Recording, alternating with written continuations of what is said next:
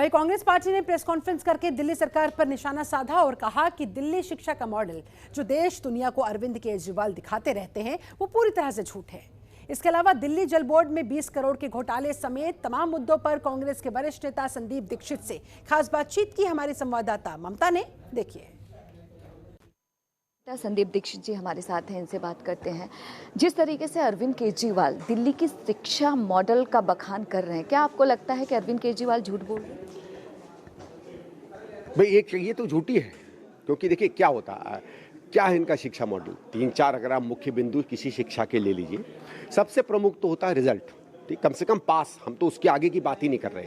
90% 95% की हम 10वीं 12वीं की नहीं बात कर रहे हैं, हम केवल पास ही बात कर लेते हैं। जो बच्चे जाते हैं, क्या वो उत्तीर्ण होकर अगली क्लास में जा सकते हैं, 12वीं वाले कॉलेज जा सकते हैं, 10वीं वाले 11वीं 12वीं में जा सकते हैं।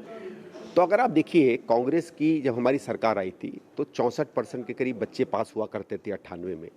उसको हम लोगों ने बढ़ाकर 89%, 88-89% किया। ठीक है, 15 साल में 1-1.25%, 1.5% हर साल बढ़ा करते थे। एक अच्छी व्यवस्था, भाई 20-25% तो तभी बढ़ेंगे ना जब व्यवस्था अच्छी होगी। इन्होंने क्या किया, उसी व्यवस्था में उसी दर को बढ़ाकर 89% से 96% कर दिया। तो कौन सी आपने भाई वो गोला दाग दिया? ये इतना उत्कृष्ट क्या है इसमें? मॉडल क्या है इसमें? एक्स्ट्राऑर्डिनरी क्या है? मैं ये जानना चाहता हूं। मैं एक्स्ट्राऑर्डिनरी हो कि आप कोई ऐसा काम करो जो पहले नहीं हुआ हो या भूतपूर्व ना हुआ। अब भूतपूर्व काम तो जो कांग्रेस ने किया था वो था। उसी तरह से 10वीं में आप ले लीजिए, 34% बच्चे पास हुआ करते थे 98 में, दिल्ली सरकार में 10वीं में। हमारे समय में 89-90-89% के करीब हो गए। फिर 5-7 साल आपको याद होगा 10वीं के बोर्ड नहीं होते थे, तो उन सालों को छोड़ दीजिए। दोबारा शुरू हुए 10वीं के बोर्ड इम्तहान, तो इस साल इनके 80% बच्चे पास हुए, तो 90% तक हम पहुंचा गए। तुम्हारे तो गिर गए बच्चे। तो वही मैं पूछ रहा हूं, मैडम मॉडल किस बात का है? आपकी व्यवस्था तो बिगड़ गई है, बच्चों का भविष्य तो अंधकार में चला गया है।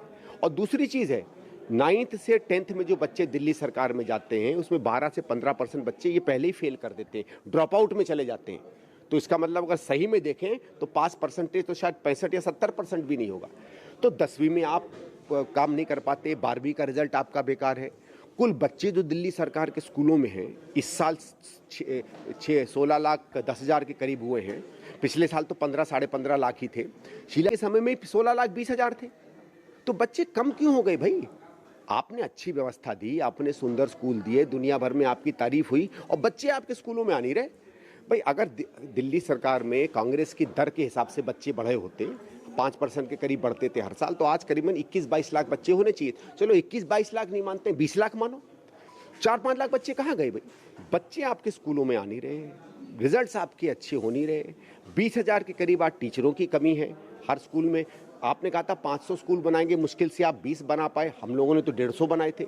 एक आखिरी सवाल, दिल्ली जल बोर्ड में 20 करोड़ के घोटाले का मामला सामने आया है, एलजी ने पत्र भी लिखा है, इसे आप कैसे देखते हैं? नहीं, ये गंभीर है। दिल्ली जल बोर्ड से हम लोगों को, कि पुराने संबंध हैं, वहाँ अधिकारी हैं, उनसे बातचीत होती रहती है। कांग्रेस के समय से भी बहुत से लोग हैं, वो बार बार बता रहे हैं कि दिल्ली जल बोर्ड का तो बहुत बुरा हाल है। रोज आप कहते हो कि यहाँ से पानी वहाँ से लाएंगे। अरे कहाँ से लाओगे जब तुमने 8 साल में कुछ काम नहीं किया?